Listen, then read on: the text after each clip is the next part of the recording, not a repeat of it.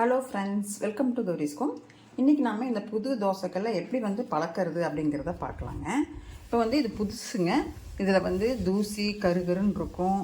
அதனால் வாங்கிட்டு வந்த உடனே இதை நல்லா சோப்பு, நீங்கள் விளைக்கழுவீங்களே அந்த லிக்யூடு அந்த மாதிரி ஏதாவது வச்சு நீங்கள் நல்லா சுத்தம் பண்ணிடலாம். முன்னாலையும் பின்னாலையும் பண்ணணும்.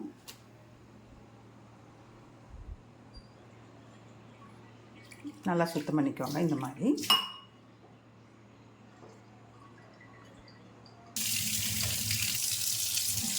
புது தோசைக்கல்லை இப்படி முன்னாலையும் பின்னாலையும் நல்லா சோப் போட்டு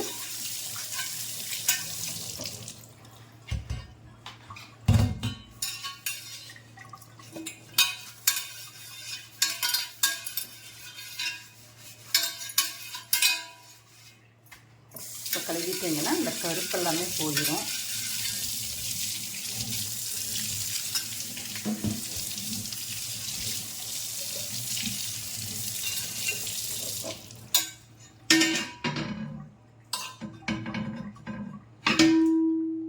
இந்த இதில் ஏதோ பெயிண்ட் மாதிரிலாம் இருந்துச்சு. இப்படி கை வச்சு நம்ம எடுத்தாலே அது போயிடுச்சு.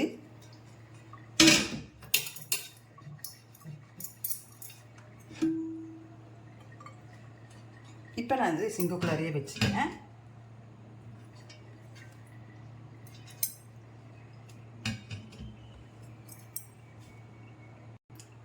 சாதம் வடித்த தண்ணி இருக்குது இல்லைங்களா, இந்த சாதம் வடித்த தண்ணியை நல்லா போட்டு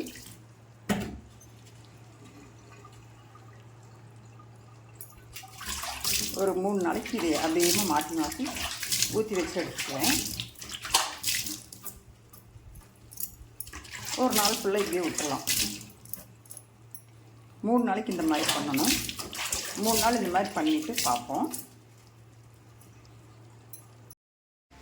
இந்த தோசைக்கல்லை நான் 3 நாள் வடிச்ச கஞ்சி ஊற்றி ஊற வச்சு இப்போ நான் சுத்தம் பண்ணி கழுவி இருக்கிறேன். இதை நம்ம இன்றைக்கி யூஸ் பண்ணி பார்ப்போம் எப்படி தோசை வருதுன்ட்டு. முதல்ல நல்லா எண்ணெய் வச்சுக்கலாம்.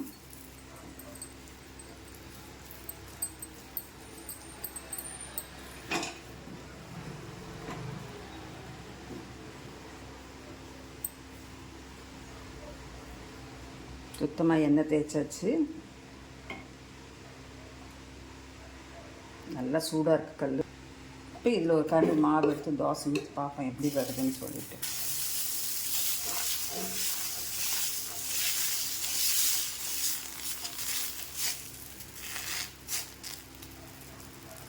கல்ல ஃபஸ்ட்டு தோசை.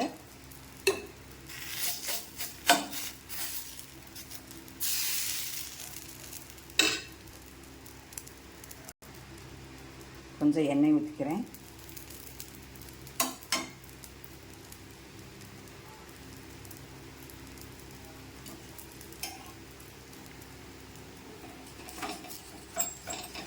கொஞ்சம் பிடிக்குது, ஆனால் நல்லா வெந்திருக்கு, சூப்பராகவே இருக்குது. இது எடுத்துடலாம். முதல் தோசை பிஞ்சு வந்துருச்சு. இப்போ இதை நம்ம எடுத்துக்கலாம்.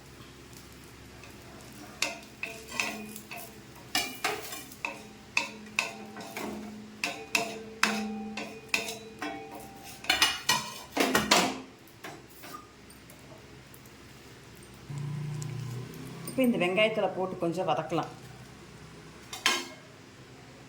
எண்ணெய் ஊற்றிருக்கிறேன். வெங்காயத்தில் போட்டு வதக்கிறேன் கொஞ்சம்.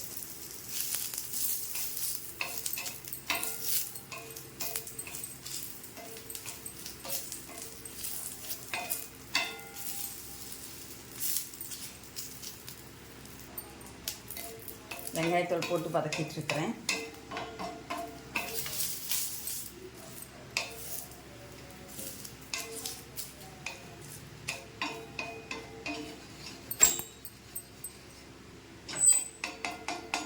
சுற்றி வதக்கியாச்சு. வெங்காயத்தோட வெளியில் எடுத்துடலாம். இப்போ ஒரு வெங்காயத்தில் எண்ணெய் தடவி நல்லா சுற்றி கல்லில் சுற்றி பூசிக்கலாம்.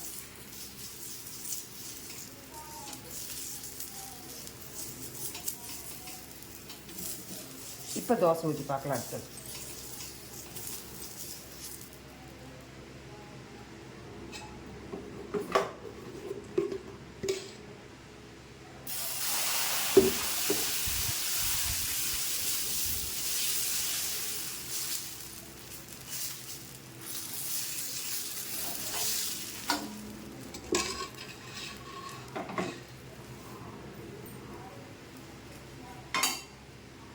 கொஞ்சம் எண்ணெய் ஊற்றிக்கலாம்.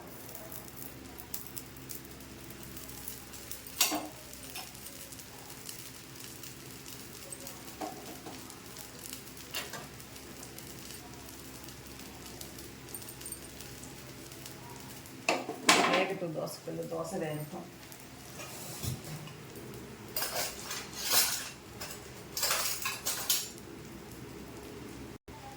இப்போ தோசை எப்படி வருதுன்னு பார்ப்போம். சூப்பராக வந்துட்டு தோசை பார்த்தீங்களா. 3 நாள் வந்து வடிச்ச கஞ்சி ஊற்றி நான் வச்சுருந்தேன். அதுக்கப்புறம் அந்த கல் எடுத்து நல்லா சுத்தம் பண்ணிட்டேன். சுத்தம் பண்ணி நல்லா அந்த அழுக்கெல்லாம் போகிற மாதிரி எல்லாம் கழுவியாச்சு. கழுவிட்டு முதல் நல்லா எண்ணெய் தேய்ச்சேன். எண்ணெய் தேய்ச்சிட்டு தோசை ஊற்றினேன். அது வந்து தோசை வந்து பிஞ்சிருச்சு சரிங்களா. இப்போ ரெண்டாவது வெங்காயத்தாள் வச்சு நல்லா இந்த தோசைக்கல் எல்லாம் முழுவதும் படுற மாதிரி பண்ணினேன். பண்ணிவிட்டு எண்ணெய் ஊற்றி தோசை ஊற்றி வச்சு தோசை ரெண்டாவது தோசை சூப்பராக வந்துடுச்சு. இந்த மாதிரி நீங்களும் தோசைக்கல் ட்ரை பண்ணி பாருங்கள், நல்லா வரும். அதே மாதிரி இந்தியாலய கல்லும் எப்படி க்ளீன் பண்ணுறதுங்கிறத பார்க்கலாம். இந்தியாலய கல்லில் புது கல் இது. இந்த ஸ்டிக்கர்லாம் எடுக்கணும். ஸ்டிக்கர்லாம் வருதான்னு பார்ப்போம், எப்படி வருதுன்னு பார்ப்போம். கொஞ்சம் லைட்டாக தான் வருது. இது வந்துருச்சு. இப்போ நான் வந்து இது வந்து தோசைக்கல்லை அடுப்பில் ஸ்டவ்வில் வச்சுட்டு சிம்மில் வச்சுருக்கிறேன். சிம்மில் வச்சுட்டு ஸ்டிக்கர் எடுத்துகிட்ருக்கிறேன். ஸ்டிக்கர் வந்தாச்சு, குட்டி ஸ்டிக்கருமே வந்தாச்சு. இப்போது இதை வந்து நல்லா கழுவிக்கலாம். இப்போ இத்தாலியன் கல் நல்லா கழுவிட்டு வந்து ஸ்டவ்வில் வச்சுட்டேன். இப்போ இந்த கல் காஞ்சிருச்சு. இதில் நான் கொஞ்சம் எண்ணெய் ஊற்றிக்கிறேன், கல்லெண்ணெய்.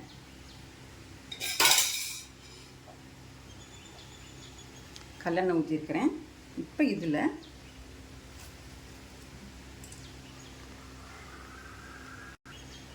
வெங்காயத்தூளை போட்டு அப்படியே சும்மா சுற்றி வதக்கி விடுவோம். வெங்காயத்தூள், பூண்டுத்தூள் எல்லாம் இருக்குது.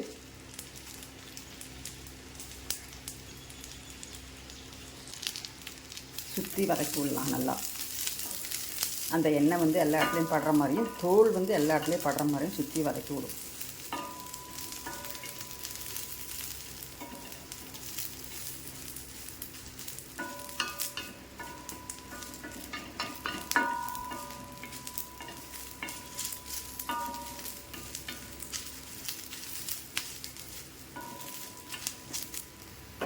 கொஞ்சம் வதங்கட்டும் அப்படியே.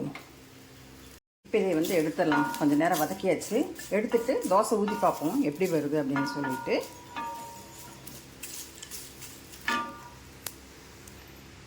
இப்போ ஒரு வெங்காயம் எடுத்துருக்கேன், பெரிய வெங்காயம். அதில் இந்த எண்ணெய் வந்து எல்லா இடத்துலையும் படுற மாதிரி கலவிக்கிறேன்.